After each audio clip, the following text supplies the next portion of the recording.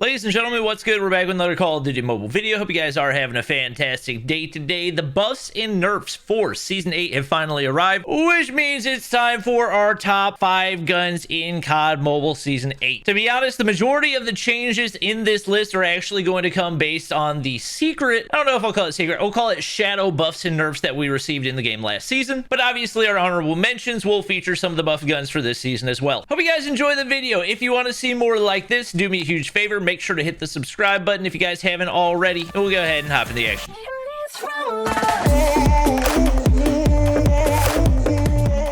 First up in our honorable mentions, we have last season's #1, which got hit pretty hard by the shadow nerfs that COD Mobile introduced mid-season. That's going to be the KSP. Now, don't get me wrong, if you're good enough with a burst weapon, the KSP is absolutely still viable. The damage profile is good enough to be able to one burst on a relatively consistent basis if you're accurate enough, and it's still possible to two-shot, but it just became a lot more difficult because it now requires 2 headshots in order to two-shot. There are a number of different shadow nerfs to the KSP, from the base range, the overall damage, different body part multipliers, and different attachment nerfs as well. The KSP went from the broken option that we saw throughout all of stage 4 to now a decent gun. I anticipate we'll probably still see some players use it here and there in the competitive scene, but because of lack of consistency, because it is a burst weapon, more than likely it will not be one of those dominant guns any longer. For our second honorable mention, I gotta give it to the HG40. This is a gun that has been nerfed I don't know how many times over the last couple months, but basically this has now turned into an SMG version of the Prime Kilo. Main reason I say that is because while the typical time to kill the gun isn't insanely fast, if you manage to hit 1 headshot, the time to kill drops significantly. And obviously as an SMG, you have that better mobility, the better ADS speed, so even though you're not going to be able to beam at range the way that you do with the Kilo, the potential for accurate players to land that 1 headshot now turns the HG40 into an incredibly viable option, especially when it comes to maps like Summit and Standoff. Think of the HG40 as basically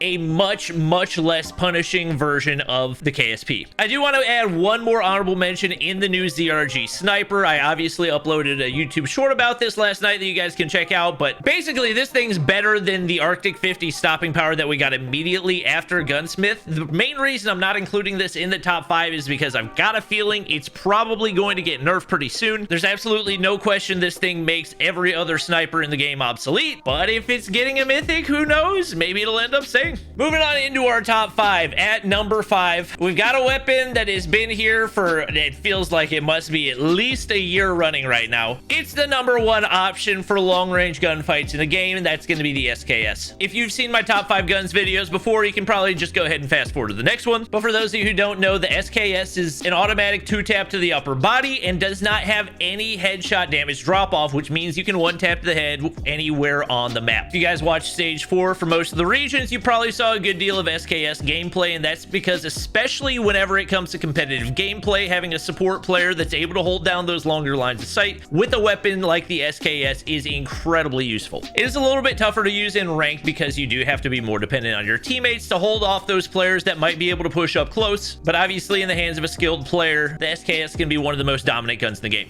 Coming in at number 4, we have another gun that's been in our top 5 for quite a while. I basically just think of it as the easier version to use of the SKS for people that just want to hold the shoot button and pull down. The Kilo does take the number 4 spot for us in our top 5 guns. I know a lot of North American pro players would say that the Kilo is still the #1 assault rifle, and while it is still great at long range, simply up close the time to kill is not able to keep up, and it's not as versatile as some of the other options on this list. Obviously, it also no longer has that potential to 3-shot with 1 headshot. It actually requires 2 to drop the time to kill down, which means that the advantage that put it over the top before is no longer there. This is not a new thing. I'm just reiterating what I've said in past top 5 videos. But with that being said, this is probably the easiest gun to use in our top 5. Coming in at number 3, I've been a little bit back and forth on where to put this gun, and solely because there are other guns that have been puffed past it, I can't quite put it higher. We've got the QQ9 coming in at the number 3 spot. If you've played ranked at all this season, more than likely you've seen a good bit of the QQ9, as obviously it is incredibly powerful in the close range. Like I said before, the only reason it's not higher is because our #1 gun on the list got buffed a little bit more, and I think edges it out in a couple different important categories. But the QQ9 is nice because you can build it out a few different different ways. You can go uber aggressive with the no stock. And to be honest, the only difference for me, especially when I'm building it out, between our aggressive build and our non-aggressive build is really the stock that you use. For the most part, I feel like there's a pretty definitive top 4 attachments because you do want to be able to boost out the range. Even if you're not planning on playing passive with it, that range does mean a faster time to kill at a longer distance. If you want to go crazy aggressive, especially on a map like Summit, no stock's probably going to be your go-to option. But if you know there's going to be longer sight angles on maps like raid and firing range, a strike stock is definitely going to be your go-to.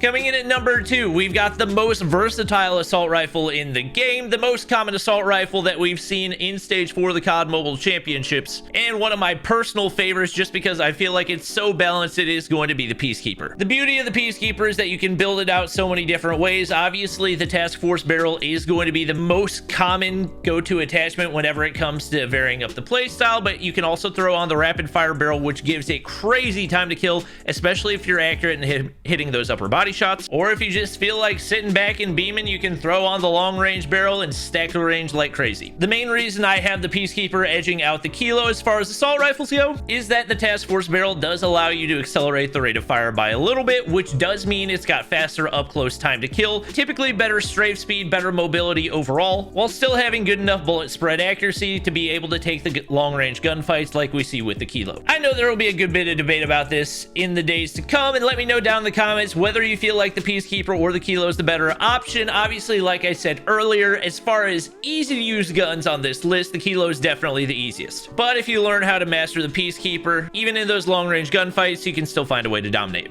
Coming in at the number 1 spot, we expected that it would probably be getting a buff at some point last season because it was getting a mythic. It's gonna be the Switchblade. When we were talking about the Switchblade last season, for the most part, we basically just referred to it as the slightly worse little brother of the QQ9. Pretty similar time to kill, less range, and a smaller magazine. There just wasn't really much of a reason to use the Switchblade. However, with COD Mobile giving the Switchblade slightly better body multipliers, better range. Hi, Fanny.